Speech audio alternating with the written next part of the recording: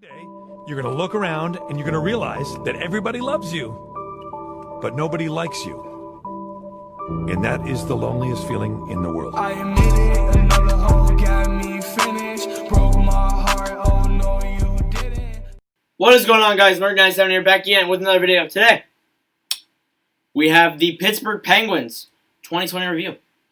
This will be interesting because the Pittsburgh Penguins were eliminated in 4 games in the play-in rounds against the Montreal Canadiens, and it's uncertain whether they're going to be a playoff team next year. You look at this team, yeah, it looks like they have the pieces, they just really haven't been playing. In that play-in series against Montreal, I'm starting to wonder if they're even going to be in the playoffs next year. Or if they're going to be, or if they are in the playoffs, are they going to make it past the first round? I don't want to say this Pittsburgh team is in a downward spiral towards a rebuild. But, I think after the Mike Matheson-Hornquist trade, I think that they're pretty dang close to going there. Before the Matheson trade happened, I thought to myself, I'm like, okay, so, Pittsburgh, they have Hornquist, they have Malkin, oh wait, Hornquist is gone. So, with Hornquist gone, it really hurts the team.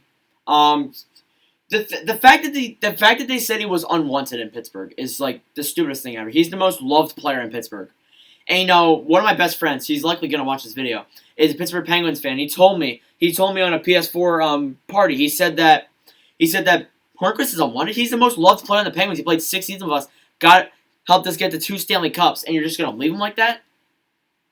I 100% agree with him, because you don't just leave a player. You don't just abandon a player like that, like especially a player that has been loved by Pittsburgh fans.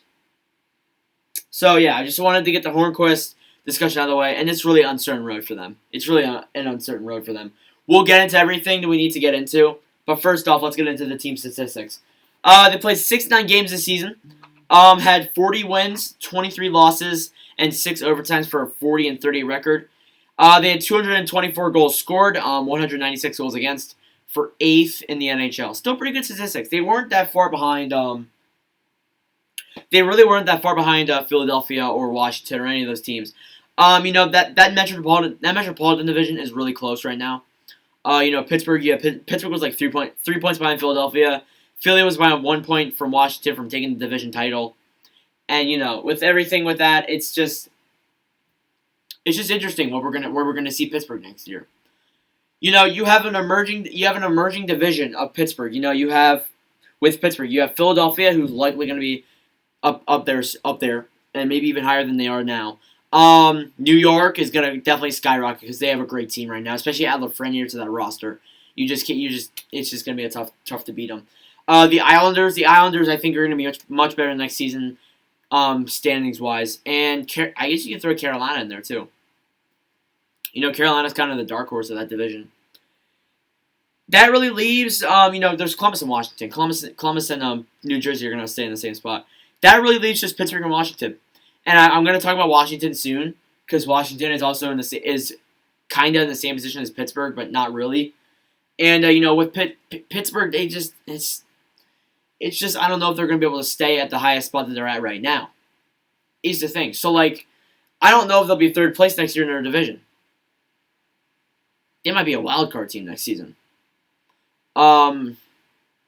If not, I don't even know they'll make the playoffs. So it's really uncertain heading into this season for Pittsburgh. This team has lost a ton since 2018 against Washington. A lot. Let me think here. So they have played 4 games in 2018, 4 games in 2019. They have lost 7 out of 8 of all those playoff games that they've lost. And that's not even including round 2 against Washington. That is just disappointing. They are 1-7 in the past 8 playoff games. It's unacceptable. And with this aging roster that Pittsburgh has, I just honestly don't know what to say anymore. Anyways, into the player stats. Evgeny Malkin led the team this season with 25 goals, 49 assists for 74 points.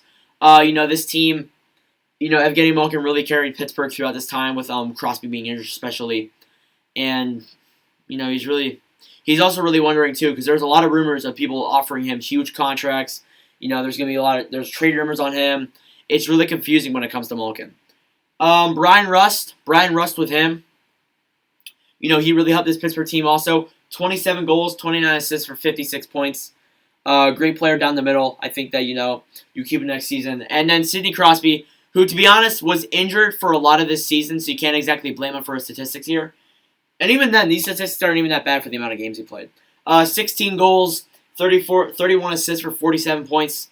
I think Crosby, of course, stays next season. You don't abandon Crosby. One of the players I want to talk about is Chris Letang. Chris Letang's one of those huge ones. Letang's been in trade rumors. We've talked about him on the channel before. I don't know. Letang, he's decent during the regular season. In the playoffs, he just doesn't show up. That's one thing I've noticed. He just doesn't show up. And that's one thing that's really struggled with Pittsburgh. In the playoffs, they had they have 3 players tied at 3 points. I just don't know who none of them really showed up in this series against Montreal. I'm surprised that they even won game 2, because with the way that Montreal was playing, I'm thinking to myself, I'm like, oh boy, could we see could Pittsburgh win this? Could Pittsburgh win another game? Could Pittsburgh lose this and then go down 2-0? Which is one thing I really worried about, because I'm like, oh boy, here we go. So yeah, it's that's the past though. The thing is with we're going to talk about Mike Matheson and Colin Sceviour and the Hornquist thing again. Hornquist was great this season with Pittsburgh. He's definitely wanted in Pittsburgh. He may not be wanted by Jim Rutherford, but he's definitely wanted in Pittsburgh by the fans. And with Mike Matheson and Colin Sceviour coming in, Matheson on that huge contract, which I talked about before with the Penguins GM Jim Rutherford saying, I didn't even know we lost cap space. Yeah, Matheson carrying that huge contract. Sceviour, he's a fourth line winger, fourth line center, to be honest with you. He is like $1.2 million if I'm not mistaken, and even then that's just add that like $6 million, $7 million to that. That's like $8 million you're getting back in cap space. And Hornquist was 5.3, but combine these two guys together, it's even worse. So I don't know. I honestly don't know what to say about that trade. It's really disappointing. And also, I got an update on the Hornquist thing where him throwing his pads out. That was just him drying out his gear. I'm like, right, you make it sound so dramatic, when in the end it's just that. Like, it's stupid. Goaltending. Tristan Jarry is the leading goaltender here with 20 wins, 12 assists for 12 assists. 20 wins, 12 losses for 1 overtime. And, with this, I don't even say necessarily that he's that bad. With Jarry. Jarry, I headed into the season thinking about him. He really surprised me. Surprised me a heck lot. And, heading into this, I was thinking to myself, I'm like, okay, so Murray's going to be a starter. Jarry's going to be the basic backup, as he always is. And I'm like, okay, so here we go. And then this happened. So, Jarry came in, played great. I've seen him play great in stretches. They just couldn't keep it up in the Montreal series. And it was tough. Matt Murray, he wasn't even that bad either, to be honest. You look at the statistics record, on paper he was good. On paper he looked good. Off paper, there was stretches where I was like, I don't know. So yeah, Murray was 20, 11, and 5. And, that's a decent statistic. I mean, with how tough Murray was playing. The other question is, are they going to get traded? Is either of them going to get traded? No. There have been rumors of Jarry getting re-signed, which is likely going to happen soon. Murray, with him, I want to say he doesn't get traded, but I'm honestly think he might. Where does he go is the real question. I said maybe Calgary with Johnny Gaudreau or maybe Sean Monahan. With those, maybe you can make an exchange there. Throw the players for draft picks, and you never know what you can get out of them. And, with Murray, honestly, I just don't know. I don't think that if you want my honest opinion, it would not be smart to trade Murray. Not be smart at all to trade him. And, there's other people that would say, oh, trade Murray. I don't think it's smart. You have 2 good goaltenders. You have 2. It's like that. It's with that with a lot of things. It's with that with Vegas. It's with that with Vancouver. It's with that, and I guess you could say Arizona, Philadelphia. A lot of other these cities have two great good goaltending tandems, and they're rumoring to just trade one of them. I'm like, that makes no sense. Like, you're basically screwing up your whole entire goaltending roster.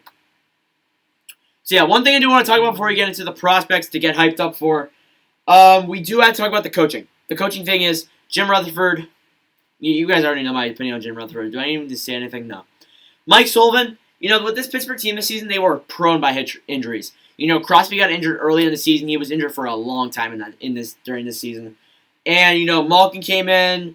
He played great. Malkin was injured at one point. Getzo was injured. Russ was injured. Letang was injured. I think every team on that roster was injured at one point. And I'm not even lying. I swear. I think one player was injured at least once. Every player. So, Mike Sullivan. They coached him really well. They got rid of the assistant coaches, which was kind of stupid, because they helped them too. I don't know what they're trying to do there with Pittsburgh, but players to be hyped up for. Dot. I don't know. Yeah, there's really no one. There's really no one out there. And this means prospects. Young players, I could throw Getzel in there, and Zach Aston Reese. All those other basic players on the team. Prospects coming in. There's no one. There's really no one, to be honest with you.